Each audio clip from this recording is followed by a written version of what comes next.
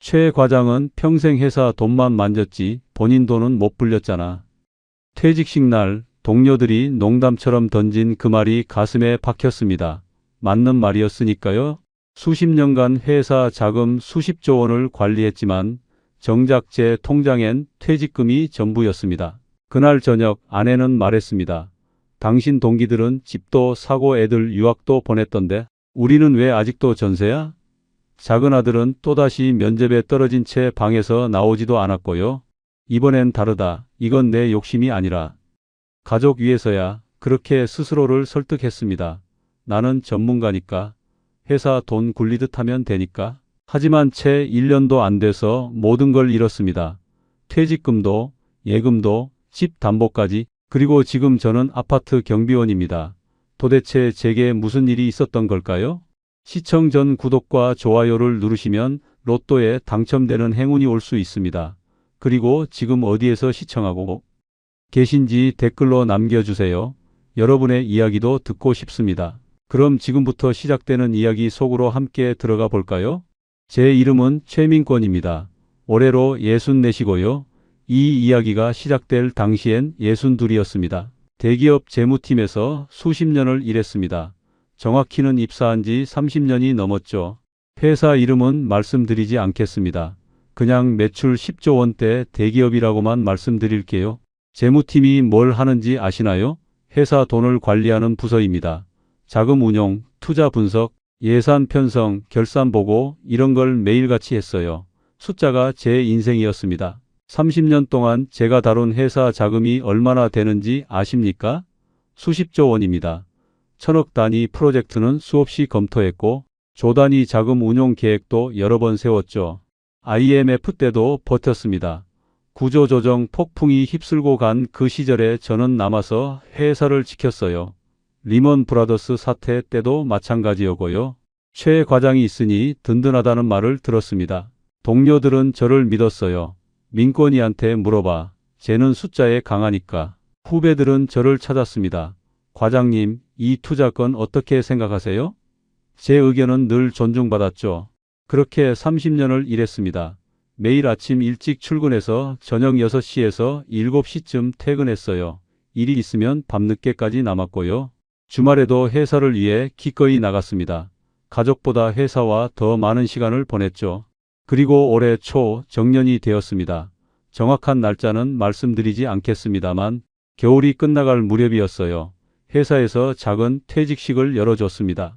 회의실에 동료들이 모였습니다. 30명 정도 됐을까요? 다들 박수를 쳐줬어요. 꽃다발도 받았고 퇴직 기념패도 받았습니다. 최 과장님, 그동안 수고하셨습니다. 라는 글귀가 새겨져 있었죠. 인사말을 해야 했습니다. 저는 준비한 멘트를 읽었어요.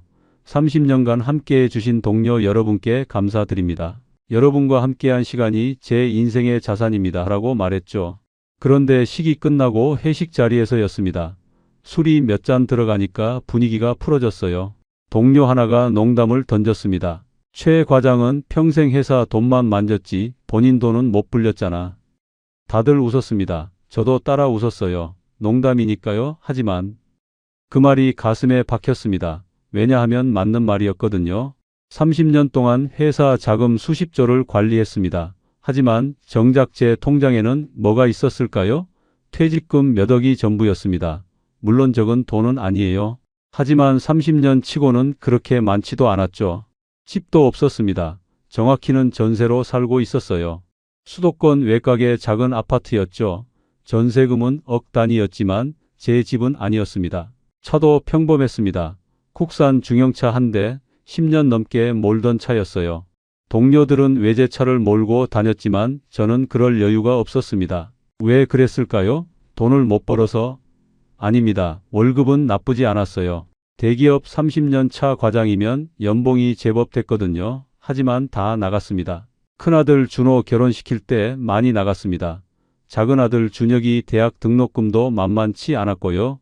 명절 때마다 친척들 용돈도 줬습니다. 그렇게 하나하나 나가다 보니 남는 게 없었어요.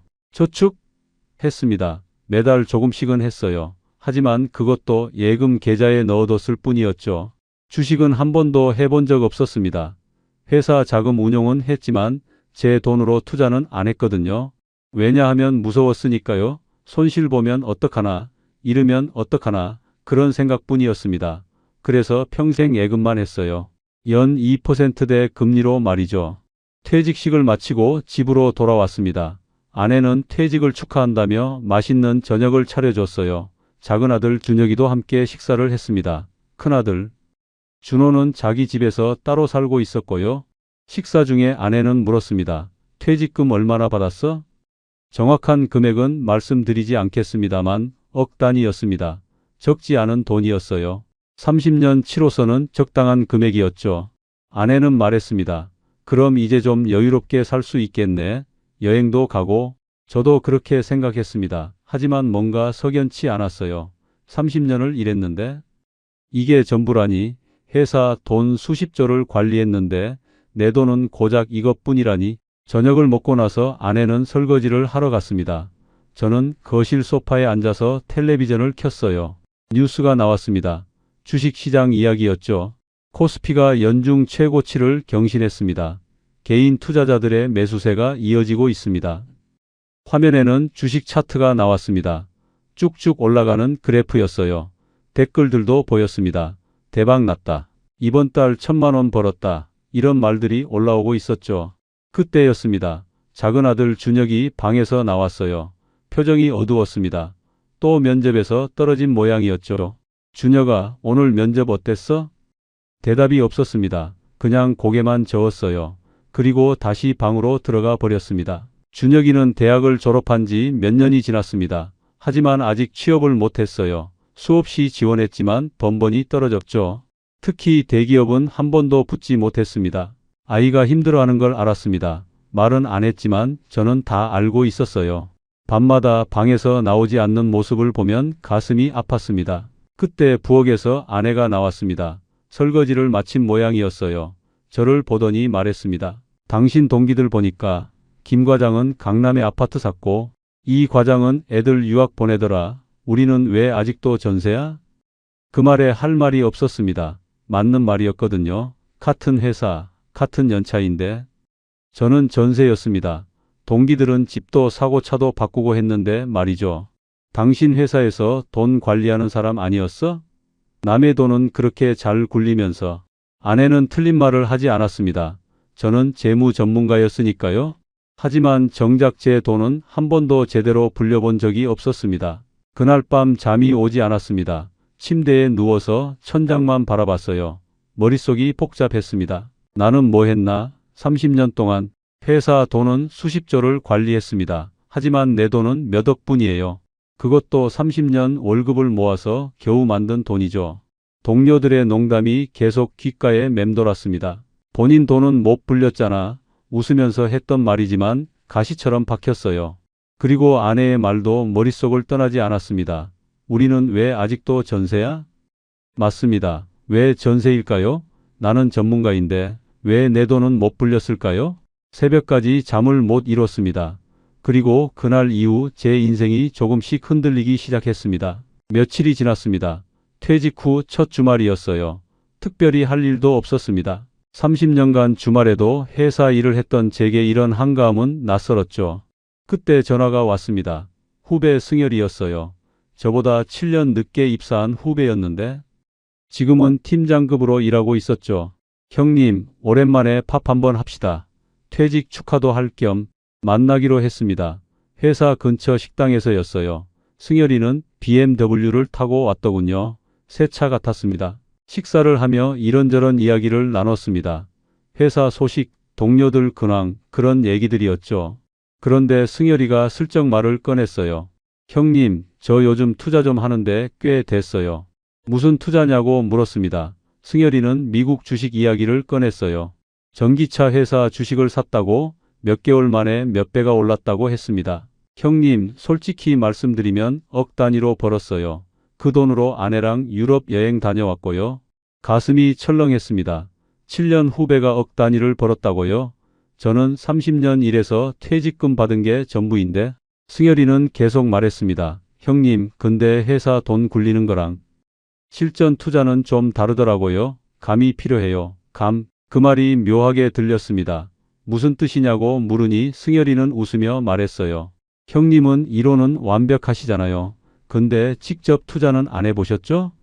실전은 좀 다른 느낌이에요. 돌아오는 길에 그 말이 계속 맴돌았습니다. 실전 투자는 다르다. 감이 필요하다. 그게 무슨 뜻일까요? 저는 30년 재무 전문가입니다. 회사 돈 수십조를 관리했어요. 투자 분석도 수없이 했고요. 근데 실전은 모른다고요? 집에 와서 인터넷을 검색했습니다. 미국 주식, 전기차 회사, 차트를 봤어요. 정말 몇 배가 올라 있더군요. 이렇게 오르는구나. 이게 실전이구나. 며칠 후 문자가 왔습니다. 증권사에서 온 메시지였어요. 퇴직 고객님을 위한 VIP 자산관리 상담 무료로 진행합니다. 라는 내용이었죠.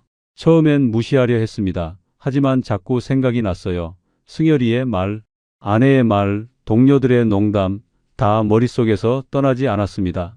결국 전화를 걸었습니다. 상담 예약을 했어요. 며칠 후 증권사 VIP 센터에 갔습니다. 고급스러운 곳이었습니다. 강남 쪽 빌딩 높은 층이었어요. 개인 상담실로 안내받았죠. PB센터장이라는 사람이 나왔습니다. 과장님, 오랜 기간 수고 많으셨습니다. 퇴직 축하드립니다. 어떻게 제 직급을 알았을까요? 아마 고객 정보를 미리 파악한 모양이었습니다. 과장님 경력 보니까 재무팀에서 30년 근무하셨네요. 대단하십니다. 그럼 자금 운용은 전문가시겠어요? 기분이 좋았습니다. 인정받는 느낌이었죠. 그 사람은 계속 말했습니다. 과장님 같은 분은 일반 투자자들과 다르죠. 레버리지 원리도 당연히 아실 거고요.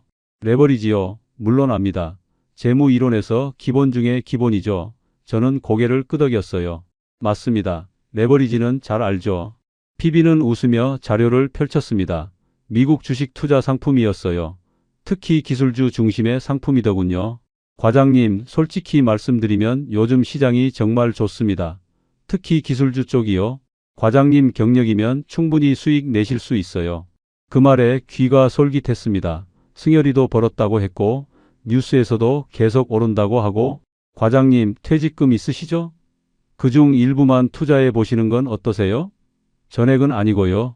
분산 투자 원칙 지키시면서요. 분산 투자 맞는 말입니다. 제가 늘 강조하던 원칙이죠. 한 곳에 몰빵하면 안 됩니다. 얼마 정도 생각하고 계세요? 저는 조심스럽게 대답했습니다. 한 5천만 원 정도요.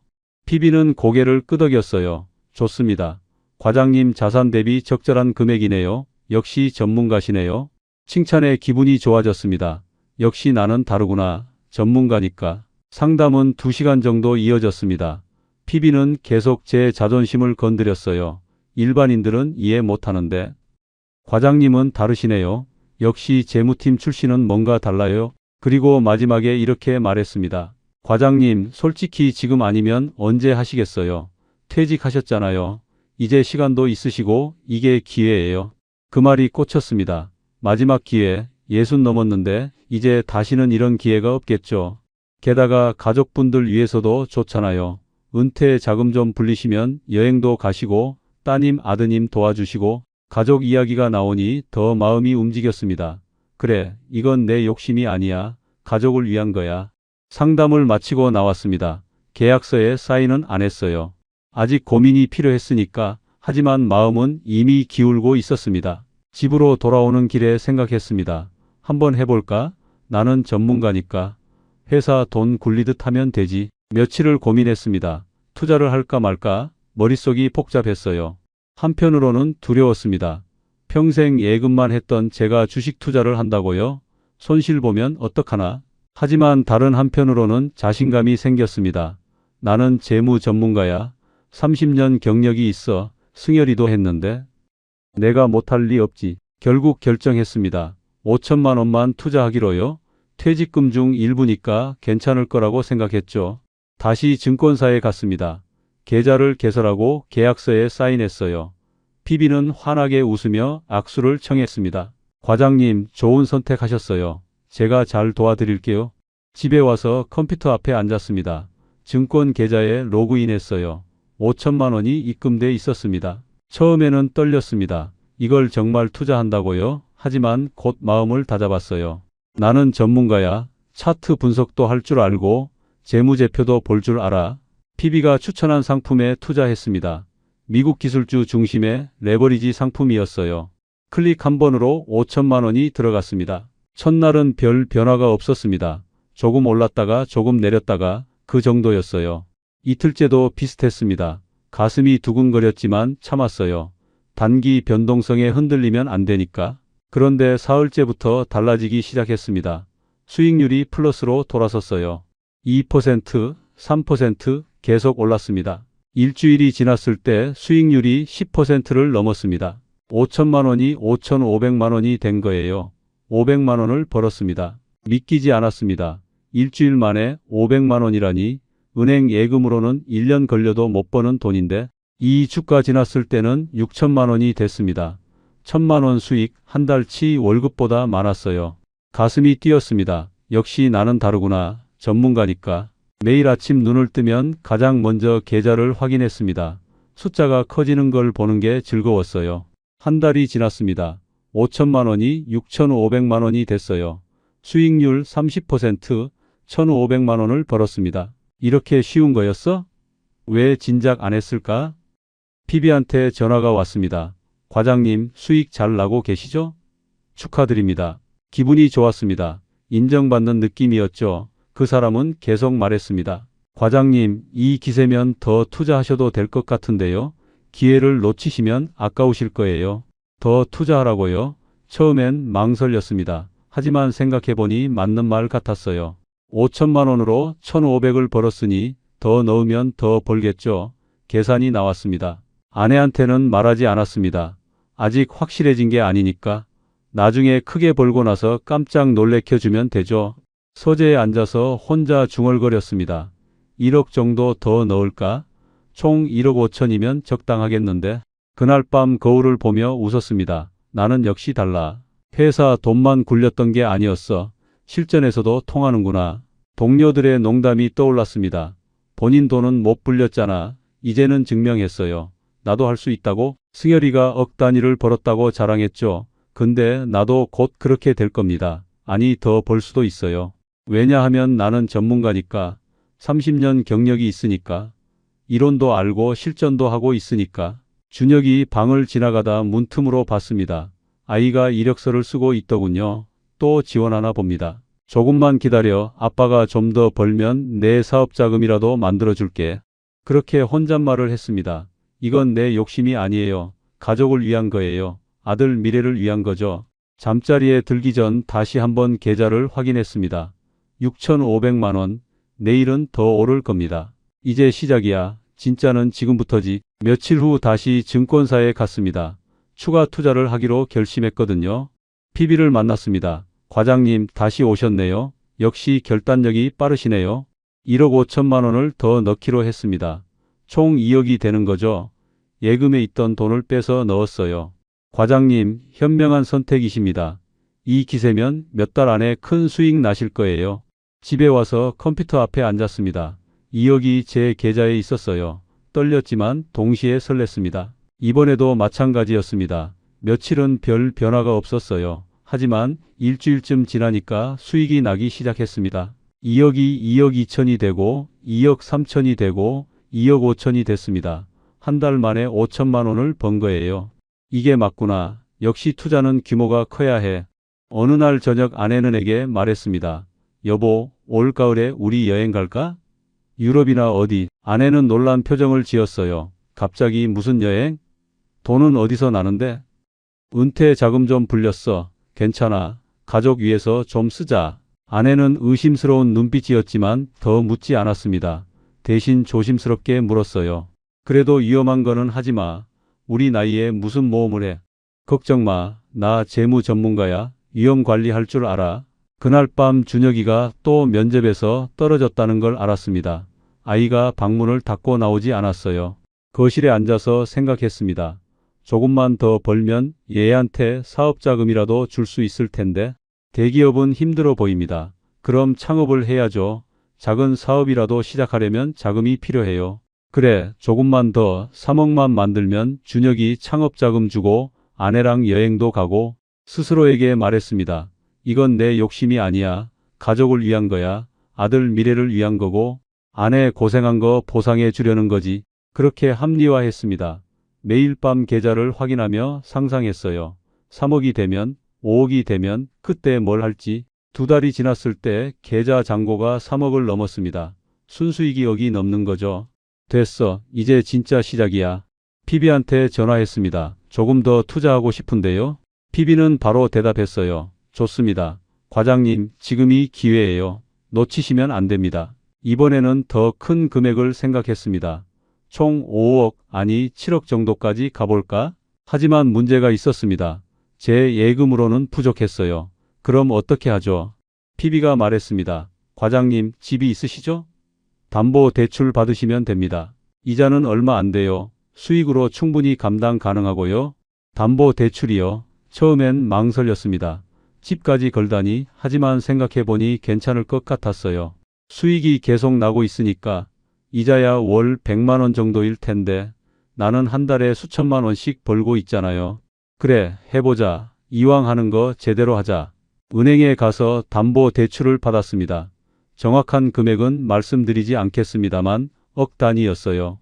총 투자금이 7억이 넘었습니다. 제 평생 만져본 돈 중 가장 큰 액수였죠. 떨렸지만 동시에 확신이 있었습니다. 나는 전문가야. 이 정도는 할 수 있어.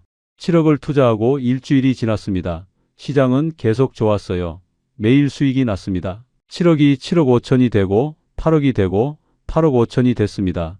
한 달 만에 1억을 넘게 번 거죠. 믿기지 않았습니다. 한 달에 1억 5천이라니. 회사 다닐 때 1년 연봉보다 많았어요. 매일 아침 일어나면 가장 먼저 계좌를 확인했습니다. 숫자가 커지는 걸 보는 게 중독처럼 느껴졌어요. 밤에도 몇 번씩 확인했습니다. 미국 시장이 어떻게 움직이는지, 내 계좌는 얼마나 올랐는지. 아내는 눈치챘습니다. 당신 요즘 핸드폰만 들여다보네. 뭐 보는 거야? 아, 뉴스 좀 보는 거야. 경제 뉴스. 거짓말이었습니다. 뉴스가 아니라 제 계좌를 보고 있었거든요. 하지만 아직 말할 때가 아니었어요. 2달이 지났을 때 드디어 10억을 돌파했습니다. 정확히는 10억 2천만 원이었어요. 컴퓨터 앞에서 환호성을 질렀습니다. 됐어. 드디어 10억이야. 7억을 투자해서 10억을 만들었습니다. 순수익이 3억이 넘는 거죠. 2달 만에요. 가슴이 터질 것 같았습니다. 이런 기분은 평생 처음이었어요. 30년 회사 생활에서도 느껴본 적 없는 희열이었죠. 나는 역시 달라. 전문가니까 승열이보다 훨씬 잘하고 있어. 승열이한테 문자를 보냈습니다. 형님, 요즘 투자 잘 되시죠? 라고 답장이 왔습니다. 형님도 하세요? 저는 요즘 조금 쉬고 있어요. 시장이 과열된 것 같아서요. 과열됐다고요? 무슨 소리죠? 매일 오르는데. 저는 속으로 웃었습니다. 쟤는 겁이 나서 빠진 거야. 나는 다르지. 며칠 후 승열이한테 전화가 왔습니다. 형님, 혹시 지금 투자 많이 하고 계세요? 응, 좀 하고 있어. 형님, 조심하세요. 요즘 시장 분위기가 좀 이상해요. 금리 인상 이야기도 나오고. 괜찮아. 나는 위험 관리할 줄 알아. 걱정 마. 승열이는 더 이상 말하지 않았습니다. 하지만 저는 알았어요. 제가 질투하는 거라고. 나보다 못 벌었으니까. 어느 날 저녁 아내에게 말했습니다. 여보, 11월에 유럽 가자. 내가 다 준비할게. 한 달 정도 여행하자. 아내는 눈이 커졌어요. 한 달이나? 돈이 얼마나 드는데? 괜찮아. 내가 은퇴 자금 좀 불렸어. 이제 우리 좀 살자. 아내는 여전히 의심스러워했습니다. 당신 무슨 일 하는 거 아니야? 갑자기 돈이 어디서 나? 투자 좀 했어. 주식. 근데 잘 됐어. 걱정 마. 아내는 표정이 굳었습니다. 주식? 당신 주식 한 번도 안 했잖아. 얼마나 했는데? 많이 안 했어. 조금. 근데 수익이 좀 났어. 얼마나 넣었는데? 정확한 금액은 말하지 않았습니다. 그냥 여유 자금으로 조금. 아내는 더 캐묻지 않았습니다. 하지만 표정이 불안해 보였어요. 그날 밤 준혁이와 이야기했습니다. 준혁아, 너 취업 포기하지 마. 아빠가 조금 있으면 창업자금 만들어줄게. 준혁이는 고개를 들었습니다. 아빠, 무슨 소리예요? 아빠가 투자 좀 하는데 잘 됐어. 내가 만약에 창업하고 싶다면 자금 줄 수 있어. 준혁이는 복잡한 표정을 지었습니다. 아빠, 괜찮아요. 저 계속 지원할게요. 아니야, 대기업은 힘들잖아. 차라리 내가 하고 싶은 일에 아빠가 돈은 만들어줄 테니까. 준혁이는 더 이상 말하지 않고 방으로 들어갔습니다. 아이 표정이 어두워 보였지만 신경 쓸 겨를이 없었어요. 밤늦게 컴퓨터 앞에 앉았습니다. 10억 2천만 원 화면을 보며 웃었어요. 이제 진짜 성공한 거야. 30년 월급쟁이로 살았지만 이제는 달라. 나는 투자자야. 전문가고. 거울을 보며 혼잣말했습니다. 동료들이 뭐라고 했지? 본인 돈은 못 불렸다고? 이제 증명했어. 나도 할 수 있다고? PB한테 전화가 왔습니다. 과장님 축하드립니다. 정말 대단하세요. 고맙습니다. 당신 덕분이에요. 아닙니다. 과장님 실력이죠. 저는 조금 도와드린 것뿐이에요. 기분이 좋았습니다. 인정받는 느낌, 전문가로서 존중받는 느낌이었죠. 과장님, 이 기세면 20억도 가능할 것 같은데요. 조금만 더 투자하시면 20억이요. 상상만으로도 짜릿했습니다. 20억이면 정말 큰 돈이죠. 아파트도 사고 차도 바꾸고. 그런데 지금 여유 자금이 없는데요. 과장님, 신용대출도 있고요. 방법은 많습니다. 제가 도와드릴게요. 신용대출까지요. 잠시 망설였습니다. 하지만 10억을 만든 제가 20억 못 만들 이유가 없죠. 생각해 볼게요. 전화를 끊고 계좌를 다시 봤습니다. 10억 2천만 원, 2달 전엔 7억이었는데 이 속도면 진짜 20억도 가능하겠는데. 잠자리에 들었지만 잠이 오지 않았습니다. 머릿속이 복잡했어요. 아니 복잡한 게 아니라 흥분돼 있었죠. 10억, 20억, 30억 숫자가 머릿속에서 계속 커졌습니다. 나는 이제 다른 사람이야. 더 이상 월급쟁이가 아니야. 투자로 성공한 사람이지. 그때는 몰랐습니다. 이게 정점이라는 걸, 이제부터 모든 게 무너질 거라는 걸. 다음 날 아침 뉴스를 봤습니다. 앵커가 심각한 표정으로 말하고 있었어요. 중앙은행이 기준금리 인상을 시사했습니다. 시장에서는 긴축 우려가 커지고 있습니다. 금리 인상이요. 잠시 불안했지만 곧 진정했습니다. 일시적인 거야. 곧 안정될 거야. 하지만 그날 오후부터 시장이 흔들리기 시작했습니다. 제 계좌도 영향을 받았어요. 10억 2천이 10억으로 줄었습니다. 2천만 원이 사라진 거죠. 하루 만에요. 가슴이 철렁했지만 참았습니다. 단기 변동성이야. 곧 회복돼. 다음 날도 떨어졌습니다. 10억이 9억 5천이 되고 9억이 됐어요. 이틀 만에 억 2천이 사라졌습니다. 손이 떨렸습니다. 컴퓨터 화면을 보는 게 무서워지기 시작했어요. PB한테 전화했습니다. 지금 뭐 하는 거예요? 왜 이렇게 떨어지는 거예요? 과장님, 일시적인 조정입니다. 곧 회복될 거예요. 지금 파시면 손해예요. 그럼 언제 회복돼요? 시장이 안정되면요. 조금만 기다리세요. 기다렸습니다. 하지만 시장은 회복되지 않았어요. 오히려 더 떨어졌습니다. 일주일이 지났을 때 9억이 8억 5천이 됐습니다. 투자 원금 7억보다는 많았지만 수익이 반토막 났어요. 밤잠을 잘 수가 없었습니다. 새벽에 일어나서 미국 시장을 확인했어요. 또 떨어지고 있었습니다. 이건 뭔가 잘못됐어. 이론대로면 안 이래야 하는데. 책을 찾아봤습니다. 재무 이론 책들, 투자 원칙들 다 읽어봤지만 답이 없었어요. 2주일이 지났을 때 8억 5천이 8억이 됐습니다. 한 달 만에 2억 2천이 사라진 거죠. PB한테 다시 전화했습니다. 이거 팔아야 하는 거 아니에요? 과장님, 지금 파시면 손실 확정됩니다. 조금만 더 기다리시면 회복될 거예요. 언제요? 시장은 결국 회복됩니다. 역사가 증명하죠. 맞는 말이었습니다. 저도 그렇게 배웠어요. 시장은 장기적으로 우상향한다고. 하지만 문제는 지금이었습니다. 당장 돈이 사라지고 있는데 언제까지 기다려야 하죠. 한 달이 지났을 때 8억이 7억이 됐습니다. 원금으로 돌아온 거예요. 수익이 완전히 사라졌습니다. 은행에서 전화가 왔습니다. 고객님, 대출 이자 연체되셨는데요. 깜빡했습니다. 대출 이자를 못 냈어요. 돈이 없었거든요. 예금은 다 투자에 넣었고. 죄송합니다. 곧 입금하겠습니다. 어디서 돈을 구하죠? 아내 통장을 봐야 했습니다. 아내에게 말했습니다. 여보, 미안한데 돈 좀 빌려줄 수 있어? 아내는 눈을 크게 떴습니다. 왜? 무슨 일 있어? 아니, 급한 일이 좀 있어서. 얼마나 필요한데?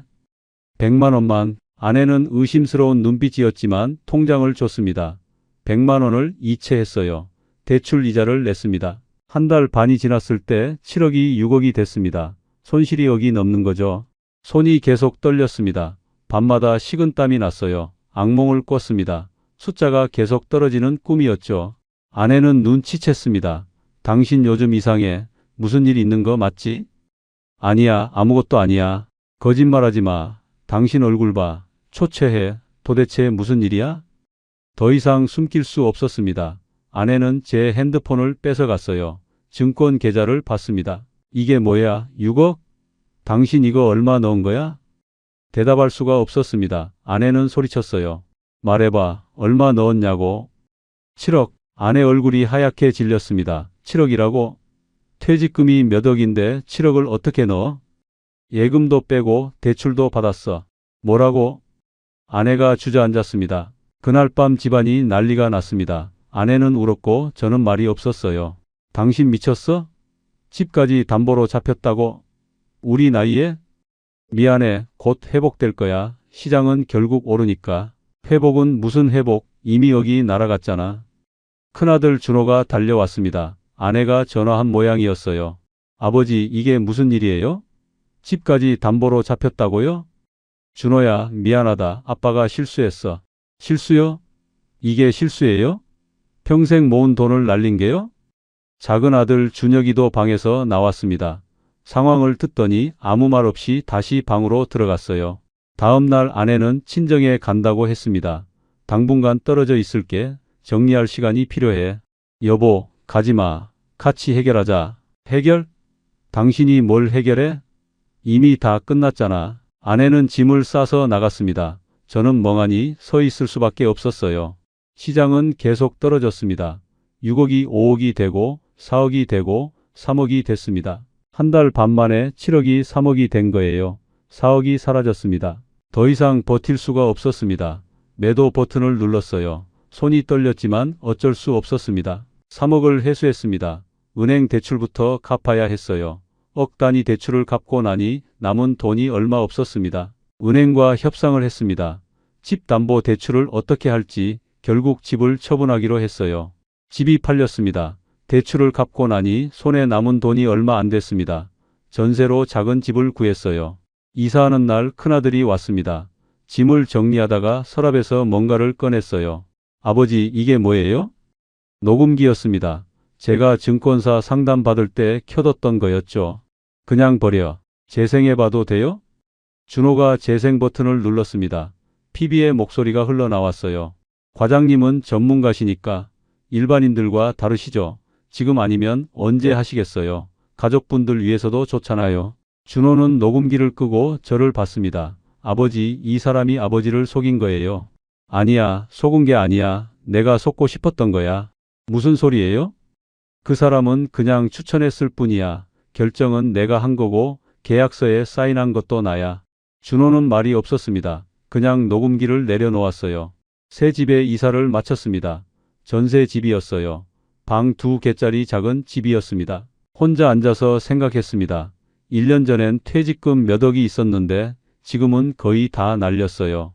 아내는 연락도 안 됐습니다. 아들들도 실망한 표정이었고요. 일자리를 구해야 했습니다. 60 넘은 나이에 무슨 일을 할 수 있을까요? 여러 곳에 이력서를 냈지만 다 거절당했습니다. 나이가 많다고, 경력이 안 맞는다고. 결국 아파트 경비원 자리를 구했습니다. 월급은 250만 원이었어요. 첫 출근 날 경비 제복을 입었습니다. 거울을 보니 낯선 사람이 서 있었어요. 30년간 정장을 입고 회사에 다녔던 제가 이제는 경비 제복을 입고 있었습니다. 지금은 2025년입니다. 이 이야기가 시작된 지 2년이 지났어요. 저는 여전히 아파트 경비원으로 일하고 있습니다. 월급은 250만 원으로 조금 올랐어요. 경비실은 좁습니다. CCTV 모니터가 여러 대 있고 작은 책상과 의자가 전부죠. 매일 아침 7시에 출근합니다. 24시간 2교대 근무예요. 밤 근무도 합니다. 하는 일은 간단합니다. 아파트 출입 관리, 택배 정리, 방문 차량 출입증 발급, CCTV 모니터링이죠. 처음엔 힘들었습니다. 30년간 사무실에서 일하다가 경비 일을 하려니 적응이 안 됐어요. 특히 날씨가 추울 때나 더울 때 밖에서 근무하는 게 힘들었습니다. 60이 넘은 나이에 쉽지 않았죠. 하지만 이제는 익숙해졌습니다. 이게 제 일이고 이게 제 인생이니까요. 몇 달 전이었습니다. 경비실에서 근무 중이었어요. 누군가 다가왔습니다. 최 과장님? 고개를 들었더니 회사 동료였습니다. 제 후배였던 사람이었어요. 아, 안녕하세요. 여기서 뭐 하세요?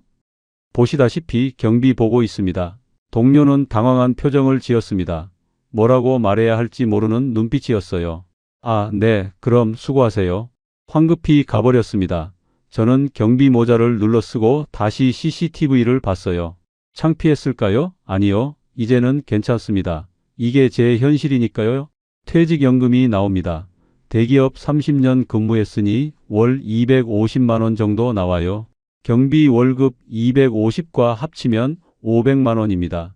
아내 연금 300만 원까지 합치면 800만 원이죠. 생활은 가능합니다. 화려하지 않지만 먹고 사는 데는 지장 없어요. 하지만 돈이 문제가 아니었습니다. 잃어버린 건 돈보다 더 큰 것들이었죠. 아내와는 여전히 떨어져 지냅니다. 완전히 이혼한 건 아니에요. 그냥 별거 중이죠. 한 달에 한 번 정도 전화합니다. 잘 지내? 응, 너도 그 정도 대화예요. 아들들은 한 달에 한 번 만납니다. 준호가 가끔 경비실로 찾아와요. 아빠, 점심 먹으러 나와요. 준혁이는 결국 중견기업에 취업했습니다. 대기업은 아니지만 안정적인 회사예요. 아이가 말했습니다. 아빠, 제가 이제 돈 벌어요. 걱정 마세요. 가슴이 아팠습니다. 아버지가 아들한테 이런 말을 들어야 하다니. 경비실 책상 서랍에 녹음기가 있습니다. 이사 올 때 챙겨온 거예요. 가끔 꺼내서 듣습니다. 과장님은 전문가시니까 가족분들 위해서도 들을 때마다 생각합니다. 내가 왜 그랬을까? 답은 간단합니다. 욕심이었습니다. 자존심이었고 그리고 가족 핑계를 댔죠. 이건 내 욕심이 아니야. 가족을 위한 거야. 그렇게 스스로를 속였습니다. 하지만 진실은 달랐어요. 제 욕심이었습니다. 인정받고 싶었고 증명하고 싶었던 거죠. 동료들한테, 후배한테, 아내한테 나도 할 수 있다고, 나도 돈을 불릴 수 있다고. 결과는 참담했습니다. 돈도 잃고 집도 잃고 가족도 잃었어요. 지금 저는 경비원입니다. 30년 대기업 재무팀 과장에서 아파트 경비원이 됐죠. 창밖을 보며 생각합니다. 나는 평생 숫자 뒤에 숨어 살았구나. 회사 돈 수십조, 투자 분석, 예산 편성, 다 숫자였습니다. 숫자로 인정받았고 숫자로 평가받았죠. 그래서 제 인생도 숫자로 증명하려 했습니다. 몇 억을 벌었다. 몇 십억을 만들었다. 그런 식으로요. 하지만 틀렸습니다. 인생은 숫자가 아니었어요. 가족이고 건강이고 평범한 일상이었습니다. 매일 아침 눈을 뜰 수 있다는 것, 사랑하는 사람들과 전화할 수 있다는 것, 일할 수 있다는 것, 이 모든 게 감사한 일이라는 걸 이제야 압니다. 늦은 깨달음이지만 그래도 깨달은 게 다행입니다. 여러분은 저보다 빨리 깨닫으시길 바랍니다. 잃어버리고 나서 후회하지 마세요. 가지고 있을 때 소중함을 아시길 바랍니다. 전문가라고 다르지 않습니다. 지식이 있다고 욕심을 이길 수 없어요. 오히려 지식이 오만을 낳고 오만이 파국을 부릅니다. 가족을 위해서라는 말로 자신을 속이지 마세요.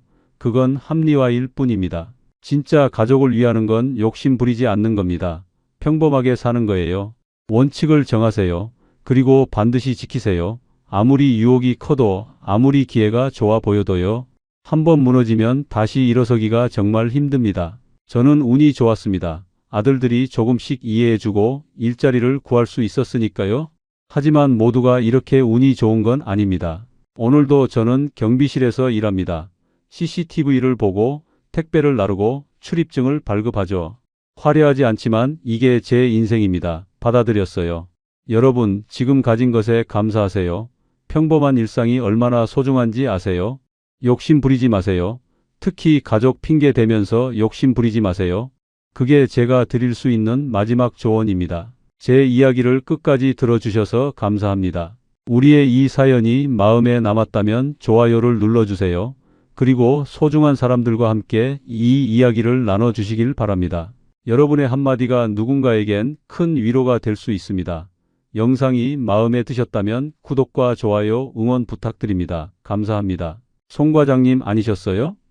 그 말을 들은 순간 제 손이 핸들 위에서 얼어붙었습니다. 뒷좌석의 취객은 5년 전 제가 신약을 소개했던 병원 과장이었습니다. 아, 네, 맞습니다. 제 대답은 겨우 나왔죠. 그는 곧바로 코를 골기 시작했습니다. 저 송성열, 20년 넘게 제약 영업 베테랑이 대리기사가 된 지 3년째였습니다. 처음엔 건당 10만 원짜리 VIP만 태웠죠. 역시 과장님은 다르십니다. 그런 말을 들었습니다. 그런데 카카오 대리가 등장하면서 모든 게 무너졌습니다. 고급 손님들은 이제 앱으로 부를게요 라며 떠났고 저는 소나타를 몰며 아저씨 빨리요 소리를 듣게 되었습니다. 7년 만에 퇴직금은 영원이 되었고 지금 저는 아파트 경비를 섭니다. 도대체 무슨 일이 있었던 걸까요? 시청 전 구독과 좋아요를 누르시면 로또에 당첨되는 행운이 올 수 있습니다. 그리고 지금 어디에서 시청하고 계신지 댓글로 남겨주세요. 여러분의 이야기도 듣고 싶습니다.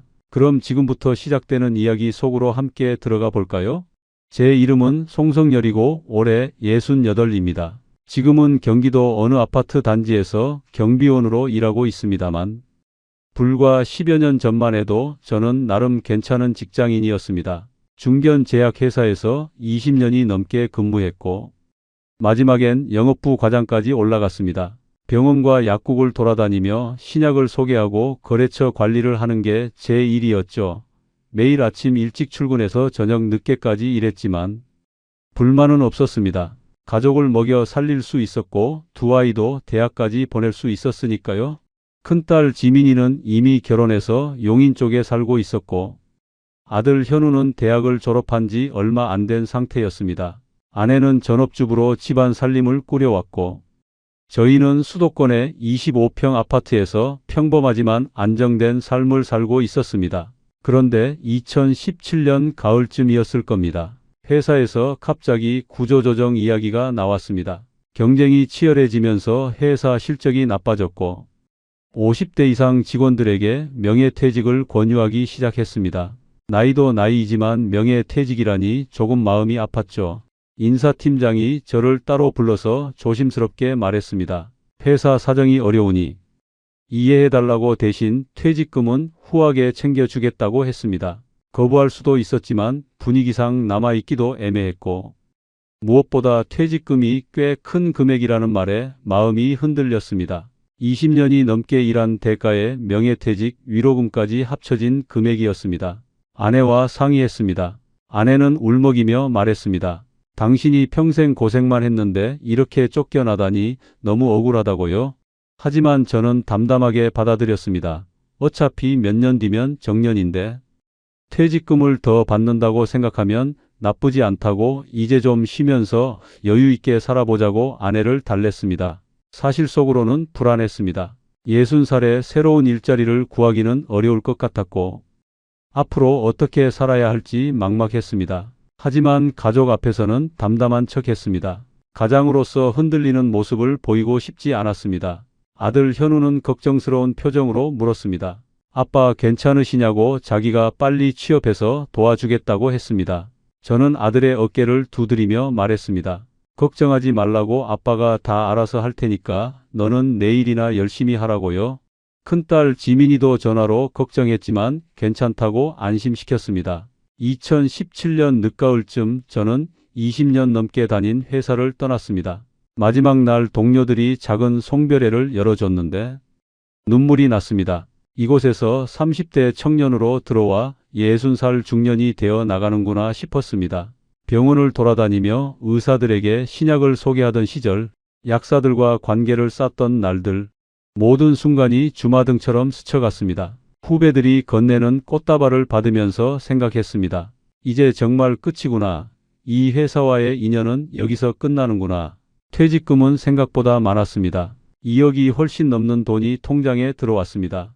게다가 60살부터 받을 수 있는 국민연금도 있었습니다. 20년이 넘게 꾸준히 납부했기 때문에 매달 80만 원이 넘게 나온다고 했습니다. 저는 한동안 쉬기로 했습니다. 아침에 늦잠도 자보고 낮에 동네 도서관도 다니면서 평소 못 읽었던 책도 읽었습니다. 아내와 함께 시장도 다니고 산책도 했습니다. 처음 2, 3주일은 좋았습니다. 출근 스트레스 없이 편하게 지내는 게 행복했습니다. 하지만 한 달이 지나자 불안해지기 시작했습니다. 아들 현우가 공무원 시험을 준비하겠다고 했습니다. 학원비가 한 달에 80만 원이나 되었습니다. 거기에 생활비도 만만치 않았습니다. 아파트 관리비와 각종 공과금, 식비와 교통비까지 합치면 한 달에 250만 원은 들어갔습니다. 퇴직금을 조금씩 쓰면서 지낼 수는 있었지만 이대로 노후 자금을 까먹을 수는 없었습니다. 계산해보니 생활비만 쓰면 몇 년 정도밖에 못 버팁니다. 그 이후에는 어떻게 살아야 할까요? 국민연금은 있었지만 80만 원으로는 한 달 생활비도 부족했습니다.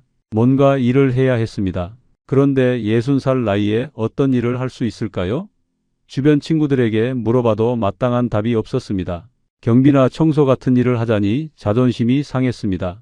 20년 넘게 관리직으로 일했는데 갑자기 단순 노동을 한다는 게 받아들여지지 않았습니다. 2017년 겨울 어느 날이었습니다. 대학 동창 모임에서 친구들을 만났습니다. 도심 어느 고깃집에서 저녁을 먹으면서 다들 비슷한 나이라 은퇴 이야기가 화제였습니다. 누군가는 편의점을 차렸다가 1년 만에 접었다고 했습니다. 권리금으로 수천만 원 날리고 재고 처리하느라 고생했다는 이야기를 듣는데 가슴이 철렁했습니다. 누군가는 택시 면허를 알아보고 있다고 했는데 요즘은 택시도 예전만 못하다고 했습니다. 또 다른 친구는 치킨집을 하려다가 프랜차이즈 가맹비가 너무 비싸서 포기했다는 이야기를 했습니다. 다들 은퇴 후 생계 문제로 고민하고 있었습니다. 그때 한 친구가 말했습니다. 야, 송 과장, 너 20년 넘게 영업 뛰었잖아. 병원이랑 약국 돌아다니면서 사람 많이 만났잖아. 그 인맥 활용해봐. 저는 고개를 갸우뚱했습니다. 인맥을 어떻게 활용하는데? 친구가 웃으며 말했습니다. 대리운전 해봐. 근데 일반 대리 말고 고급 대리. 내가 알던 병원장님들이나 약사들 상대로 프리미엄 대리 서비스 하는 거야. 건당 10만 원씩 받고. 그 말을 듣는 순간 번쩍하고 뭔가가 떠올랐습니다. 저는 20년 넘게 수도권의 웬만한 병원과 약국은 다 돌아다녔습니다. 원장님들과 약사님들과 두터운 관계를 쌓아왔죠. 그분들은 제 운전 실력도 알고 있고 성격도 잘 알고 있었습니다. 회식 자리에서 몇 번이나 같이 차를 타고 이동했던 기억이 났습니다. 그거 괜찮은데? 저는 무릎을 쳤습니다. 친구가 말을 이었습니다. 요즘 대리운전 앱이 엄청 많아졌잖아. 근데 그런 앱은 아무나 하는 거고 너는 고급 고객만 상대하는 거야. 명함 만들어서 돌리고 전속 계약 맺고 예약제로 하면 돼. 저는 점점 흥미가 생겼습니다. 집에 돌아와서 밤새 생각했습니다. 일반 대리운전 기사들은 아무나 하니까 경쟁이 치열할 겁니다. 하지만 제가 하려는 건 다릅니다. 저는 20년 넘게 쌓은 인맥이 있고 신뢰가 있습니다. 병원장님들과 제약회사 임원들은 아무 대리기사한테 차를 맡기고 싶지 않을 겁니다. 믿을 수 있는 사람을 원하죠. 게다가 저는 운전에 자신이 있었습니다. 30년 넘게 차를 몰았고 무사고였습니다. 사람 대하는 것도 능숙했습니다. 20년간 영업을 하면서 소통 능력은 충분히 길러졌습니다. 다음 날 아침 아내에게 조심스럽게 말을 꺼냈습니다. 여보, 내가 대리운전을 좀 해볼까 하는데. 아내는 놀란 표정을 지었습니다. 대리운전요? 당신이? 응, 근데 일반 대리 말고 내가 알던 병원장님들이나 제약회사 사람들 상대로 고급 서비스를 하는 거야. 건당 10만 원씩 받고. 아내는 한참을 생각하더니 물었습니다. 그게 될까요? 왜 안 돼? 나 20년 넘게 그분들이랑 일했잖아. 신뢰가 있어. 그분들은 아무 대리기사 싫어하실 거야. 나처럼 아는 사람이 해주면 좋아하실 거라고. 아내는 여전히 걱정스러운 표정이었습니다. 그래도 밤늦게까지 일하면 건강에 안 좋을 것 같은데요. 괜찮아. VIP만 상대하니까 하루에 서너 건만 하면 돼. 예약제로 하면 시간 조절도 가능하고. 아내는 한숨을 쉬며 말했습니다. 당신이 결정한 거면 저는 따를게요. 그런데 저도 일을 시작해야 할 것 같아요. 집에만 있으니까 답답하기도 하고 돈도 벌어야 할 것 같고요. 무슨 일 할 건데? 근처 식당에서 설거지 일 구한다고 하더라고요. 한 달에 100만 원 조금 넘게 준대요. 저는 미안했습니다. 아내가 60 가까운 나이에 설거지를 해야 한다니. 하지만 현실적으로 필요했습니다. 고마워. 우리 조금만 힘내자. 현우가 공무원 시험 붙으면 다 나아질 거야. 아내는 고개를 끄덕였습니다. 저는 바로 준비에 들어갔습니다. 먼저 명함을 만들었습니다. 프리미엄 대리 서비스. 송성열이라고 크게 써 넣고 제 경력을 간단히 적었습니다. 제약업계 20년 경력, 신뢰할 수 있는 안전운전, 예약제 운영 같은 문구를 넣었습니다. 그리고 제가 알던 병원장님들과 약사님들, 제약회사 임원들 연락처를 정리했습니다. 10여 명 정도 되었습니다. 저는 그분들께 하나하나 전화를 걸었습니다. 원장님, 저 송 과장입니다. 오랜만에 연락드렸습니다. 오, 송 과장, 어떻게 지내? 네, 잘 지냅니다. 사실 제가 요즘 작은 사업을 하나 시작했는데요. 대리운전 서비스입니다. 근데 아무나 하는 그런 거 아니고요. VIP 고객만 상대하는 프리미엄 서비스입니다. 오, 그래? 재미있네. 원장님께서 회식하시거나 술자리 있으실 때 편하게 부르세요. 제가 안전하게 모셔다 드리겠습니다. 20년 넘게 알고 지낸 사이니까 믿으실 수 있잖아요. 그거 좋은데? 솔직히 모르는 대리기사 부르기 좀 그랬거든. 송 과장이 해준다면 안심이지. 감사합니다. 건당 10만 원입니다. 예약제로 운영하니까 미리 연락 주시면 됩니다. 10만 원? 좀 비싸네? 일반 대리는 2만 원에서 3만 원이지만 저는 프리미엄 서비스입니다. 예약 우선으로 하고 대기 시간 없이 바로 출동하고요. 차량 관리도 꼼꼼하게 해드립니다. 알았어. 그럼 다음에 필요하면 연락할게. 이런 식으로 10여 명에게 전화를 돌렸고 대부분 긍정적으로 반응했습니다. 몇몇 분은 바로 예약을 하셨습니다. 첫 번째 고객은 제가 20년 가까이 알고 지낸 정형외과 원장님이었습니다.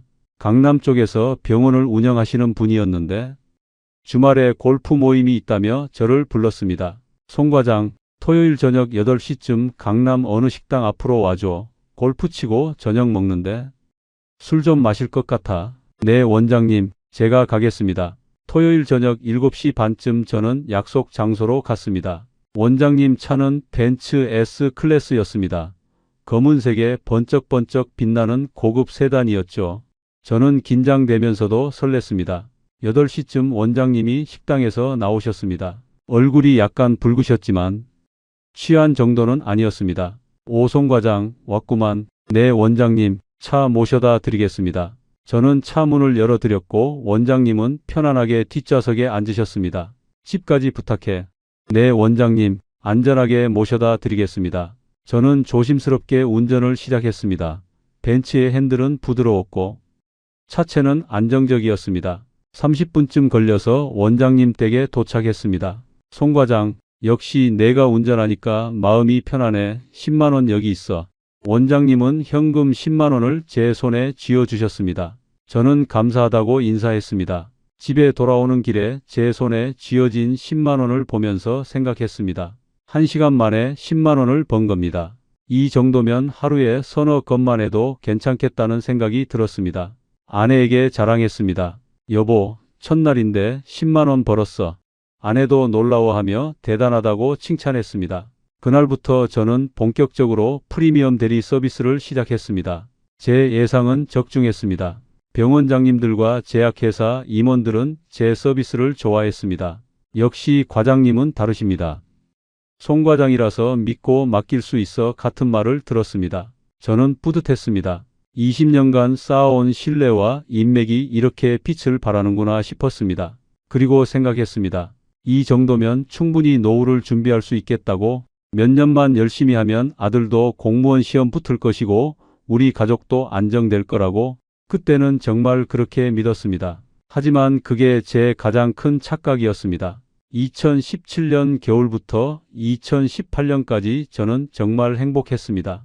프리미엄 대리 서비스는 제 예상보다 훨씬 잘 됐습니다. 제가 알던 병원장님들과 제약회사 임원들이 하나둘씩 단골이 되어주셨고 전속 고객이 5명까지 늘어났습니다. 강남 쪽 정형외과 원장님, 수도권 어느 약국 사장님, 제약회사 부장님 2분, 그리고 대학병원 과장님 1분이었습니다. 금요일과 토요일은 특히 바빴습니다. 저녁 6시쯤부터 예약이 들어왔고 밤 11시까지 서너 건을 소화했습니다. 건당 10만 원에서 15만 원씩 받았습니다. 거리가 멀거나 대기 시간이 길면 좀 더 받았죠. 무엇보다 좋았던 건 차량이었습니다. 벤츠 S클래스, 제네시스 G90, BMW 7 시리즈 같은 고급 세단들을 몰 수 있었습니다. 부드러운 핸들, 조용한 엔진 소리, 가죽 시트의 감촉, 모든 게 제 마음에 들었습니다. 한 번은 제약회사 부장님을 모시고 강남에서 수도권 외과까지 갔는데 부장님이 말씀하셨습니다. 송 과장, 역시 자네가 운전하니까 편하네. 일반 대리 부르면 운전이 거칠어서 멀미 날 때가 있거든. 감사합니다, 부장님. 제가 30년 넘게 운전했으니까요. 그래, 그리고 자네는 믿을 수 있잖아. 아무 대리기사한테 차 맡기기 좀 그런데 자네는 오래 알았으니까 안심이야. 그 말을 들으면서 저는 뿌듯했습니다. 역시 제 선택이 옳았구나 싶었죠. 2018년 봄쯤 저는 명함을 더 만들어서 돌렸습니다. 병원과 약국을 돌아다니며 옛 거래처 분들께 인사를 드리고 명함을 전했습니다. 요즘 프리미엄 대리 서비스를 하고 있습니다. 필요하시면 언제든 연락 주세요. 반응은 좋았습니다. 오, 송 과장이 직접 하는구나. 그럼 믿을 수 있겠네. 다음에 술 약속 있으면 불러야겠다. 같은 말씀들을 들었습니다. 그해 봄과 여름은 정말 바빴습니다. 주중에도 일주일에 서너 번은 예약이 들어왔고 주말은 거의 풀로 차 있었습니다. 한 달 수입을 계산해 보니 400만 원이 넘었습니다. 거기에 국민연금 80만 원을 더하면 500만 원이 훨씬 넘는 돈이었습니다. 회사 다닐 때보다 더 많이 버는 겁니다. 저는 신이 났습니다. 아내에게 말했습니다. 여보, 이 정도면 몇 년 안에 목돈 모을 수 있겠어. 현우 결혼 자금도 준비하고 우리 노후도 든든하게. 아내는 웃으며 말했습니다. 당신 정말 잘하시네요. 걱정했는데 이렇게 잘 될 줄 몰랐어요. 아내도 식당에서 설거지 일을 하며 한 달에 100만 원 조금 넘게 벌고 있었습니다. 둘이 합치면 600만 원이 넘는 수입이었죠. 생활비로 250만 원 정도 쓰고 아들 학원비 80만 원 내고도 매달 200만 원 넘게 남았습니다. 저는 그 돈을 차곡차곡 모았습니다. 퇴직금은 건드리지 않았고 매달 버는 돈으로 생활비를 충당했습니다. 아들 현우는 공무원 시험 준비에 열중하고 있었습니다. 학원에서 새벽까지 공부한다며 집에 늦게 들어왔습니다. 저는 아들이 기특했습니다. 현우야, 힘내라. 아빠가 학원비 걱정은 하지 마. 고맙습니다, 아빠. 제가 꼭 붙을게요. 그래, 아빠 믿는다. 저는 정말 믿었습니다. 우리 아들이 공무원 되면 안정적으로 살 수 있을 거라고, 그러면 제가 몇 년간 고생한 보람이 있을 거라고. 어느 토요일 저녁이었습니다. 강남 어느 고급바 앞에서 제약회사 임원님을 기다리고 있었습니다. 임원님은 검은색 벤츠 S클래스를 타셨는데 제가 가장 좋아하는 차였습니다. 저는 차 앞에 서서 핸들을 잡을 생각에 설렜습니다. 그때 옆에 서 있던 한 젊은 대리기사가 말을 걸었습니다. 형님, 여기서 뭐 기다리세요? 응, 손님 기다리고 있어. 저도요. 근데 요즘 대리 힘들지 않아요? 콜이 예전만 못한 것 같아서. 난 괜찮아. 나는 VIP 전속으로 하거든. 아, 그렇구나. 부럽네요. 저는 앱으로 봤는데 경쟁이 너무 심해서. 저는 속으로 생각했습니다. 역시 나는 다르지. 일반 대리기사들은 앱으로 받아서 힘들겠지만 나는 전속 고객이 있으니까. 그때 임원님이 나오셨고 저는 정중하게 인사했습니다. 부장님 오셨습니까? 오, 송 과장, 오늘도 부탁해. 저는 차 문을 열어드리고 운전석에 앉았습니다. 벤츠의 부드러운 시트에 앉으면서 생각했습니다. 이게 내 수준이지. 나는 이런 차를 모는 사람이야. 그날 밤 집에 돌아오면서 저는 기분이 좋았습니다. 하루에 40만 원을 벌었습니다. 서너 시간 일하고. 이 정도 버는 게 어디 있겠습니까? 2018년 여름이 지나고 가을이 왔습니다. 저는 여전히 바빴고 수입도 안정적이었습니다. 가끔 새로운 고객도 생겼습니다. 기존 고객이 소개해 주는 경우가 많았습니다. 송 과장, 우리 병원 원장님한테 자네 이야기 했더니 관심 있어 하시더라. 명함 좀 줄래? 네, 감사합니다. 여기 있습니다. 저는 점점 자신감이 붙었습니다. 이 일을 오래 할 수 있겠다는 생각이 들었습니다. 몇 년만 더 하면 목돈을 모을 수 있고 아들도 공무원 될 테고 우리 가족은 안정될 거라고 믿었습니다. 하지만 그때 저는 몰랐습니다. 시장이 빠르게 변하고 있다는 걸, 그리고 제 달콤한 시절이 곧 끝날 거라는 걸. 2018년 가을쯤부터였습니다. 뭔가 이상한 기운이 느껴지기 시작했습니다. 전속 고객 중 한 분이 연락을 주셨습니다. 정형외과 원장님이었는데 제일 오래 알고 지낸 분이었죠. 송 과장, 미안한데 이번 주말은 다른 약속이 있어서 대리 부탁 못할 것 같아. 아, 그러세요? 괜찮습니다, 원장님. 그리고 말이야. 요즘 카카오 대리라는 앱이 생겼는데 되게 편하더라고. 스마트폰으로 클릭 한 번이면 바로 오거든. 저는 가슴이 철렁했습니다. 아, 그런 게 있습니까? 응, 한번 써봤는데 빠르고 간편해. 요금도 저렴하고. 그래서 앞으로는 급할 때 그거 이용할 것 같아. 송 과장한테는 정말 특별한 날만 부탁할게. 네, 원장님. 알겠습니다. 전화를 끊고 나서 저는 당황스러웠습니다. 카카오 대리라는 게 뭔지 찾아봤습니다. 스마트폰 앱으로 간편하게 대리운전을 부를 수 있고 요금도 일반 대리보다 저렴하다고 했습니다. 기사 평점 시스템도 있어서 신뢰할 수 있다고 광고하고 있었습니다. 저는 불안해지기 시작했습니다. 하지만 곧 생각을 바꿨습니다. 아니야, 내 고객들은 다르실 거야. 그분들은 저렴한 앱보다 신뢰를 중요하게 생각하시니까. 하지만 제 예상은 빗나갔습니다. 한 달 뒤, 또 다른 고객이 비슷한 말을 했습니다. 제약회사 부장님이었습니다. 송 과장, 요즘 카카오 대리 써봤는데 괜찮더라고. 앞으로는 그걸로 부를게. 미안해. 아, 그러십니까? 알겠습니다. 저는 억울했습니다. 저는 20년 넘게 알고 지낸 사람인데 앱 하나 때문에 이렇게 쉽게 버려지다니. 2018년 겨울 들어서면서 전속 고객이 하나둘씩 줄어들었습니다. 5명이었던 고객이 3명으로 줄었고 연말쯤에는 2명만 남았습니다. 나머지 분들은 모두 카카오 대리 쓸게요. 앱이 편해서 같은 이유로 떠나갔습니다. 저는 충격을 받았습니다. 제 인맥과 신뢰가 이렇게 쉽게 무너지다니.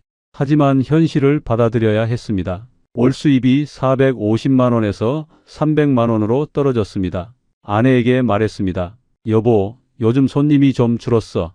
왜요? 무슨 일 있어요? 카카오 대리라는 앱이 생겨서 다들 그걸 쓰더라고. 아내는 걱정스러운 표정을 지었습니다. 그럼 어떻게 해요? 일단 남아있는 고객들 잘 모셔야지. 그리고 새로운 고객도 찾아봐야 하고. 하지만 새로운 고객을 찾기는 쉽지 않았습니다. 명함을 돌려도 반응이 예전 같지 않았습니다. 아, 그래요? 근데 저는 앱 쓰는 게 편해서 같은 대답이 돌아왔습니다. 2019년 초 저는 결단을 내렸습니다. 프리미엄만 고집할 수 없겠다고, 일반 대리 시장에도 뛰어들어야겠다고. 저는 카카오 대리 앱을 다운받고 기사 등록을 했습니다. 등록은 간단했습니다. 신분증과 운전면허증만 업로드하면 됐습니다. 이틀 뒤 승인이 났고 저는 일반 대리기사가 되었습니다. 첫 콜을 받던 날이 기억납니다. 도심 어느 술집 앞으로 가라는 콜이었습니다. 저는 긴장하며 현장에 도착했습니다. 손님은 30대로 보이는 젊은 직장인이었습니다.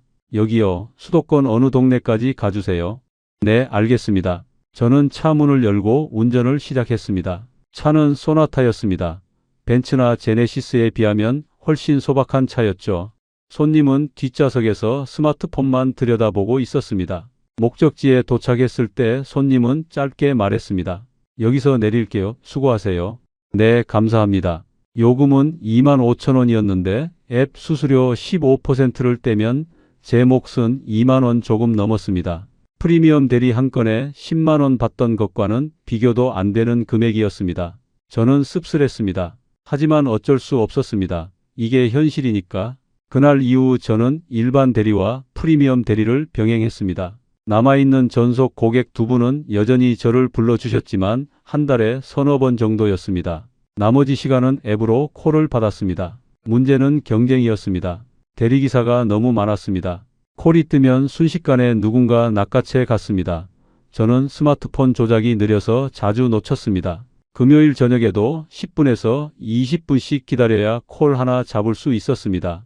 젊은 기사들은 빨라서 바로바로 받았지만 저 같은 60대는 힘들었습니다. 2019년 봄 어느 금요일 밤이었습니다. 도심 어느 술집 앞으로 콜이 왔습니다. 저는 현장에 도착했고 손님을 기다렸습니다. 술집 문이 열리고 40대로 보이는 남자가 비틀거리며 나왔습니다. 저는 차 문을 열어주려고 다가갔는데 그 남자가 저를 쳐다보더니 눈이 커졌습니다. 송 과장님 아니셨어요? 순간 제 심장이 멈추는 것 같았습니다. 그 남자는 제가 5년 전쯤 신약을 소개했던 병원 과장이었습니다. 당시에는 제가 제약회사 과장이었고 그분도 병원 과장이었죠. 동급이었던 겁니다. 아, 네, 맞습니다. 제 목소리는 떨렸습니다. 과장님은 취해서 그런지 별로 신경 쓰지 않는 것 같았습니다. 아, 그러시구나. 요즘 대리하시나 봐요? 네, 그렇습니다. 그래요. 그럼 잘 부탁해요. 그는 뒷좌석에 앉았고 저는 운전을 시작했습니다. 핸들을 잡은 제 손이 떨렸습니다. 백미러로 뒷좌석을 보니 과장님은 이미 코를 골고 있었습니다. 저는 눈물이 날 것 같았습니다. 5년 전만 해도 저는 그분과 동등한 위치에서 악수를 나누던 사람이었습니다. 과장님 반갑습니다. 송 과장님도 반갑습니다. 그렇게 인사하던 사이였죠. 그런데 지금은 제가 그분의 대리기사가 된 겁니다. 뒷좌석에서 코 골며 자는 그분을 모시는 기사가 된 거죠. 목적지에 도착했을 때 과장님은 눈을 뜨더니 간단히 인사하고 내렸습니다. 수고하셨습니다. 네, 안녕히 가십시오. 그날 밤 저는 집에 돌아와서 잠을 잘 수 없었습니다. 제 자존심이 무너지는 소리가 들렸습니다. 2019년은 힘든 해였습니다. 대리기사가 계속 늘어났습니다. 뉴스를 보니 전국적으로 20만 명이던 기사가 거의 30만 명 가까이 늘었다고 했습니다. 그만큼 경쟁이 치열해졌다는 뜻이었죠. 금요일 밤에도 코를 잡기 위해 30분씩 기다려야 했습니다. 주변에는 대리기사들이 바글바글했습니다. 모두 스마트폰만 들여다보고 있었습니다. 20대부터 60대까지 다양한 나이의 기사들이 있었습니다. 저는 공원 벤치에 앉아서 기다리곤 했습니다. 추운 겨울밤에도 여름 더운 날에도 그렇게 앉아 있었습니다. 콜이 뜨면 빠르게 클릭해야 했지만 젊은 기사들이 더 빨랐습니다. 월 수입은 계속 떨어졌습니다. 300만 원이던 게 250만 원으로 떨어졌고 2019년 하반기에는 200만 원 조금 넘는 수준이 되었습니다. 국민연금 80만 원을 합쳐도 300만 원이 안 되는 돈이었습니다. 아내 수입 100만 원을 합치면 400만 원 정도였지만 생활비로 250만 원 쓰고 아들 학원비 80만 원 내면 거의 남는 게 없었습니다. 더 큰 문제는 회식 문화가 바뀌고 있다는 것이었습니다. 뉴스에서 직장 내 회식이 줄어들고 있다고 했습니다. 젊은 세대는 회식을 싫어한다고 했고 술 마시는 문화 자체가 변하고 있다고 했습니다. 실제로 콜이 눈에 띄게 줄었습니다. 평일 저녁에는 1시간씩 기다려야 겨우 한 건 잡을 수 있었습니다. 주말도 예전만 못했습니다. 2019년 가을 어느 날이었습니다. 저는 도심 어느 회사 앞으로 콜을 받고 갔습니다. 손님은 20대로 보이는 젊은 여성이었습니다. 약간 취해 있었지만 걸을 수는 있는 정도였습니다. 저는 차 문을 열어주려고 했는데 그녀가 짜증스러운 목소리로 말했습니다. 아저씨 빨리요. 추워 죽겠어요. 네, 죄송합니다. 저는 황급히 문을 열었고 그녀는 뒷좌석에 앉았습니다. 빨리 출발해요. 집에 가야 한다니까요. 네, 바로 출발하겠습니다. 운전하는 내내 그녀는 계속 재촉했습니다. 아저씨 좀 더 빨리 못 가요? 신호 바뀌었는데 왜 안 가요? 같은 말들이었습니다. 저는 참았습니다. 고객이니까 참아야 한다고 생각했습니다. 하지만 가슴 속에서는 뭔가가 끌어올랐습니다. 목적지에 도착했을 때 그녀는 짧게 말했습니다. 여기요. 빨리 내려야겠어요. 네, 안녕히 가십시오. 그녀는 대답도 없이 내렸습니다. 저는 핸들을 잡은 채 한참을 앉아 있었습니다. 20년 전만 해도 저는 병원 원장님들 앞에서 당당하게 신약을 소개하던 사람이었습니다. 원장님, 이 제품은 정말 효과가 좋습니다. 그렇게 자신 있게 말하던 사람이었죠. 그런데 지금은 20대 취객에게 아저씨 빨리요 소리를 들으며 참아야 하는 신세가 된 겁니다. 집에 돌아와서 아내에게 말했습니다. 여보, 사람 대하는 게 제일 힘들어. 무슨 일 있었어요? 아니야, 그냥 좀 피곤해서. 아내는 제 표정을 보고 더 이상 묻지 않았습니다. 대신 따뜻한 차를 끓여주었습니다. 그해 겨울 아들 현우가 2차 시험을 봤습니다. 1년 반 동안 열심히 준비했던 공무원 시험이었습니다. 저는 기도하는 심정으로 결과를 기다렸습니다. 하지만 결과는 불합격이었습니다. 현우는 방에 들어가서 문을 닫았고 나오지 않았습니다. 저는 문 밖에서 말했습니다. 현우야, 괜찮아. 다시 도전하면 돼. 네, 아빠. 현우의 목소리는 작았습니다. 저는 아내와 상의했습니다. 학원비를 계속 낼 수 있을까요? 어렵긴 하지만 최선을 다해봐야죠. 현우가 포기하면 안 되니까. 그래, 조금만 더 버티자. 하지만 속으로는 불안했습니다. 퇴직금은 조금씩 줄어들고 있었고 매달 수입도 불안정했습니다. 그의 말 계산을 해보니 퇴직금이 처음보다 많이 줄어 있었습니다. 2억이 훨씬 넘었던 돈이 절반 가까이 줄어든 겁니다. 생활비와 학원비로 조금씩 써왔던 게 쌓이면서 큰 금액이 된 거였습니다. 저는 두려웠습니다. 이대로 가면 몇 년 안에 퇴직금을 다 까먹을 것 같았습니다. 2020년 초 뉴스에서 중국에서 이상한 폐렴이 돌고 있다고 했습니다. 처음에는 대수롭지 않게 생각했습니다. 금방 끝날 거라고 생각했죠. 하지만 2월 말부터 한국에서도 확진자가 나오기 시작했습니다. 대구에서 대규모 집단 감염이 터졌고 사회적 거리두기가 시작되었습니다. 그때부터 모든 게 무너졌습니다.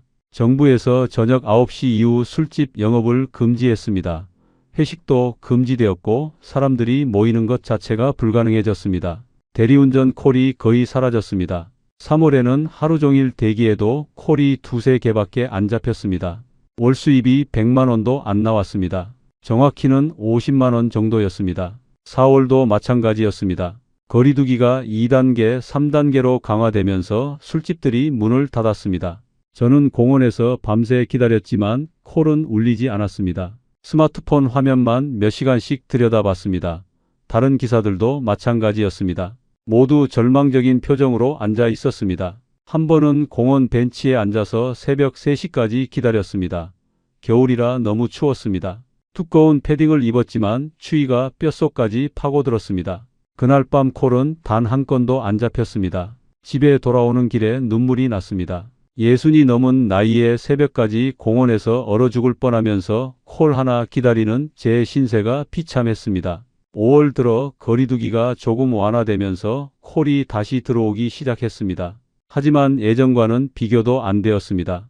월 수입이 100만 원을 조금 넘는 수준이었습니다. 생활비도 부족한 금액이었습니다. 저는 정기 예금에서 매달 100만 원씩 찾아서 생활비를 보탰습니다. 아내가 걱정스러운 표정으로 말했습니다. 여보, 이러다가 예금 다 떨어지는 거 아니에요? 괜찮아. 코로나가 끝나면 다시 좋아질 거야. 하지만 저도 확신이 없었습니다. 여름이 지나고 가을이 와도 상황은 나아지지 않았습니다. 코로나가 장기화되면서 사람들의 생활 패턴이 완전히 바뀌었습니다. 재택근무가 늘어났고 회식은 거의 사라졌습니다. 술을 마시더라도 집 근처에서 가볍게 마시고 걸어서 가는 경우가 많았습니다. 장거리 대리운전 콜은 실종되었습니다. 2020년 한 해 동안 제 수입은 1년 내내 합쳐도 2천만 원이 안 되었습니다. 국민연금을 합쳐도 3천만 원이 안 되는 돈이었습니다.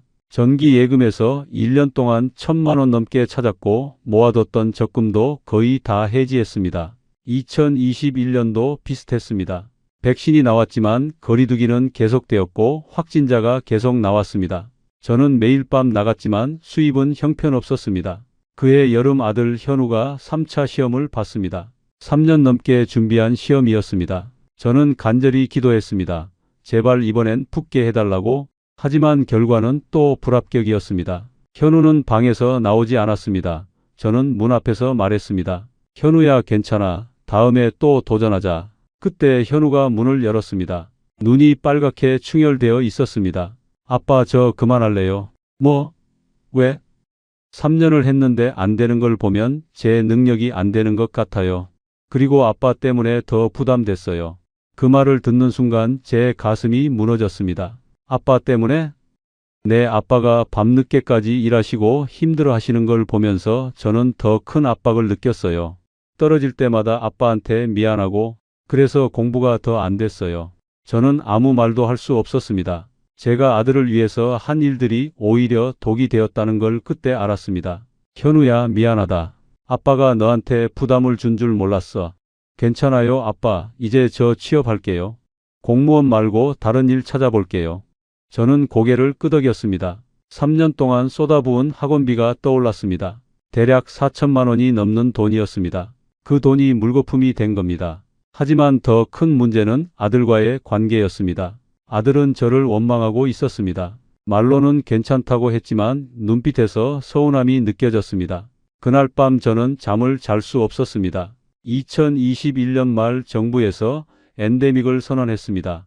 사회적 거리두기가 해제되고 술집도 정상 영업을 시작했습니다. 저는 다시 희망을 가졌습니다. 이제 예전처럼 돌아갈 거라고 생각했습니다. 하지만 현실은 달랐습니다. 콜이 늘긴 했지만 코로나 이전 수준은 아니었습니다. 무엇보다 큰 문제는 대리운전 기사가 너무 많아졌다는 것입니다. 코로나 때문에 직장을 잃은 사람들, 소득이 줄어든 사람들이 대거 대리운전 시장에 뛰어들었습니다. 30대, 40대 직장인들이 투잡으로 대리운전을 했고 50대 은퇴자들도 많았습니다. 경쟁이 더 치열해졌습니다. 금요일 밤에도 콜을 잡기 위해 30분씩 기다려야 했습니다. 공원에는 대리운전 기사들이 바글바글했습니다. 더 큰 문제는 플랫폼이었습니다. 카카오 대리는 수수료를 계속 올렸습니다. 처음에는 15%였는데 2021년에는 20%까지 올랐습니다. 게다가 유료 구독 서비스가 생겼습니다. 한 달에 4만 원이 넘는 돈을 내면 우선적으로 좋은 콜을 배정받을 수 있다고 했습니다. 처음에는 가입하지 않았는데 콜이 너무 안 잡혀서 결국 가입했습니다. 수입은 줄고 비용은 느는 상황이 된 겁니다. 2022년 여름 어느 날이었습니다. 저는 먼 거리 콜을 받았습니다. 편도 20km가 넘는 외곽 지역이었습니다. 요금은 3만 원 정도였지만 돌아오는데 1시간이 걸렸습니다. 전동 킥보드를 타고 시속 20km로 1시간을 달려야 했습니다. 여름 더위에 땀이 비 오듯 쏟아졌습니다. 중간에 쉬고 싶었지만 빨리 돌아가야 다음 콜을 받을 수 있었습니다. 그런데 돌아오는 길에 사고가 났습니다. 노면이 울퉁불퉁한 곳을 지나가다가 균형을 잃고 넘어진 겁니다. 무릎과 손목을 다쳤습니다. 일어나려고 하는데 온몸이 아팠습니다. 60이 훨씬 넘은 나이에 새벽에 전동 킥보드를 타고 달리는 게 얼마나 위험한 일인지 그때 깨달았습니다. 병원에 가니 의사가 말했습니다. 나이가 있으신데 위험한 일은 그만하시는 게 좋겠습니다. 전동 킥보드 사고로 다치시는 분들 많습니다. 네, 알겠습니다. 하지만 그만둘 수 없었습니다. 당장 생활비가 필요했으니까요.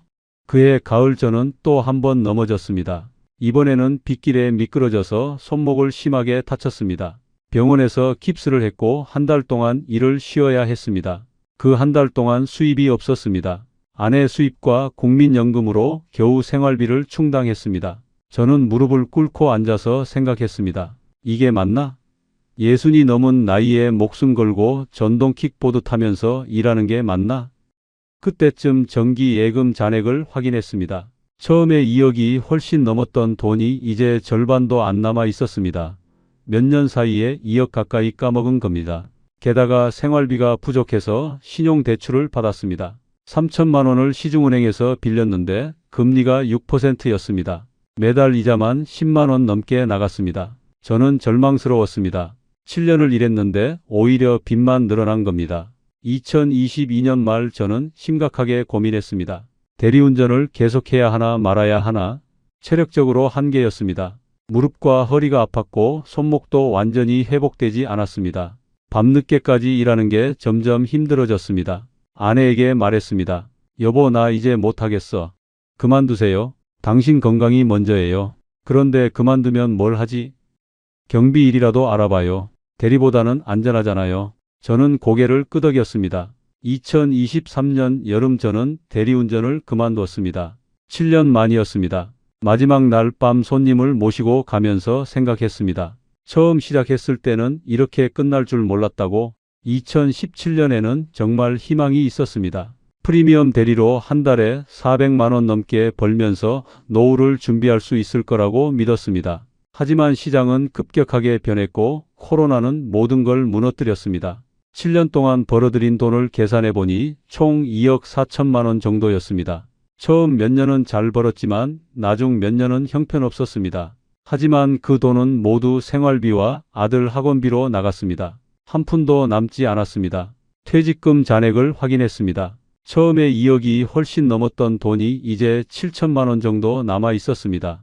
거기에 대출 3천만 원을 갚으니 실제로 남은 돈은 4천만 원이었습니다. 60이 훨씬 넘은 나이에 노후 자금이 4천만 원밖에 안 남은 겁니다. 저는 아내에게 미안했습니다. 여보, 미안해. 내가 7년을 일했는데 아무것도 남은 게 없네. 아내는 눈물을 닦으며 말했습니다. 괜찮아요. 건강하게 살아있는 게 어디예요. 이제라도 그만둬서 다행이에요. 하지만 저는 자책감에 시달렸습니다. 7월부터 새로운 일을 찾기 시작했습니다. 60이 훨씬 넘은 나이에 할 수 있는 일은 많지 않았습니다. 경기도 어느 아파트 단지에서 경비원을 구한다는 공고를 받습니다. 면접을 보러 갔는데 관리소장이 물었습니다. 이전 직업이 뭐였습니까? 제약회사에서 20년 넘게 일했고 최근 7년간 대리운전을 했습니다. 소장은 고개를 끄덕였습니다. 경비 일은 단순하지만 성실해야 합니다. 경력 보니까 충분히 하실 수 있을 것 같습니다. 월급은 200만 원이었습니다. 새벽 6시부터 오후 3시까지 근무하는 주간 근무였습니다. 일주일에 5일 근무하고 2일은 쉬었습니다. 저는 그 일을 시작했습니다. 처음 출근하는 날 유니폼을 입고 거울을 봤습니다. 낯설었습니다. 20년 넘게 정장을 입고 병원을 돌아다녔고 7년 동안 밤거리를 누볐는데 이제는 경비복을 입고 아파트 입구를 지키는 신세가 되었습니다. 가슴이 답답했지만 어쩔 수 없었습니다. 먹고 살아야 했으니까요. 일은 생각보다 힘들지 않았습니다. 차량 출입을 관리하고 택배를 정리하고 청소를 하는 게 주 업무였습니다. 하지만 자존심이 상했습니다. 같은 아파트에 사는 젊은 주민들이 저를 대하는 태도가 불편했습니다. 반말을 하거나 무시하는 듯한 태도를 보이는 사람들이 있었습니다. 한 번은 30대로 보이는 남자가 저에게 명령하듯이 말했습니다. 아저씨, 저기 쓰레기 좀 치워요, 빨리요. 예전에 회사에서 과장이었을 때는 후배들이 저를 존중했는데 이제는 경비원 아저씨일 뿐이었습니다. 아내도 마트에서 계산원 일을 계속하고 있었습니다. 월급 120만 원이었습니다. 둘이 합쳐서 320만 원에 국민연금 80만 원을 더하면 400만 원이었습니다. 쪼개서 쓰면 충분했습니다. 아파트는 팔았습니다. 3억 원이 넘는 금액에 팔렸는데 대출을 갚고 남은 돈과 예금 잔액을 합쳐서 1억 원이 넘는 돈을 만들었습니다. 그걸로 어느 동네에 작은 빌라 전세를 얻었습니다. 전세금이 1억 8천만 원이었고 남은 돈이 저희의 전 재산이 되었습니다. 좁은 빌라에서 둘이 사니까 쓸쓸했지만 어쩔 수 없었습니다. 아들 현우는 작은 회사에 취직했습니다. 월급은 많지 않았지만 독립해서 자취를 시작했습니다. 저와는 연락이 뜸했습니다. 명절에나 한 번씩 연락이 왔습니다. 큰딸 지민이는 가끔 전화했습니다. 아빠 괜찮으세요? 응, 괜찮아. 힘드시면 말씀하세요. 아니야, 괜찮아. 너희들 잘 살기만 하면 돼. 저는 딸들에게 신세지고 싶지 않았습니다. 지금 저는 조용히 살고 있습니다. 아침에 출근해서 오후에 퇴근하고 저녁에는 아내와 함께 산책을 합니다. 손주 보러 큰딸네 집에 가는 게 유일한 낙입니다. 손주가 할아버지라고 부르면서 안기면 그동안의 고생이 다 잊혀집니다. 지금 돌이켜보면 제가 대리운전을 시작한 게 잘못이었습니다. 아니, 정확히는 시작이 문제가 아니라 제 착각이 문제였습니다. 첫 번째 착각은 초반 성공이었습니다. 2017년부터 2018년까지 저는 정말 잘 벌었습니다. 프리미엄 대리로 한 달에 450만 원씩 벌면서 이게 계속될 거라고 믿었습니다. 하지만 그게 독이었습니다. 초반 성공 때문에 저는 시장 변화를 무시했습니다. 카카오 대리가 등장했을 때 빨리 대응했어야 했는데 저는 제 인맥을 과신했습니다. 두 번째 착각은 인맥의 힘이었습니다. 저는 20년 넘게 쌓은 인맥이 절 지켜줄 거라고 믿었습니다.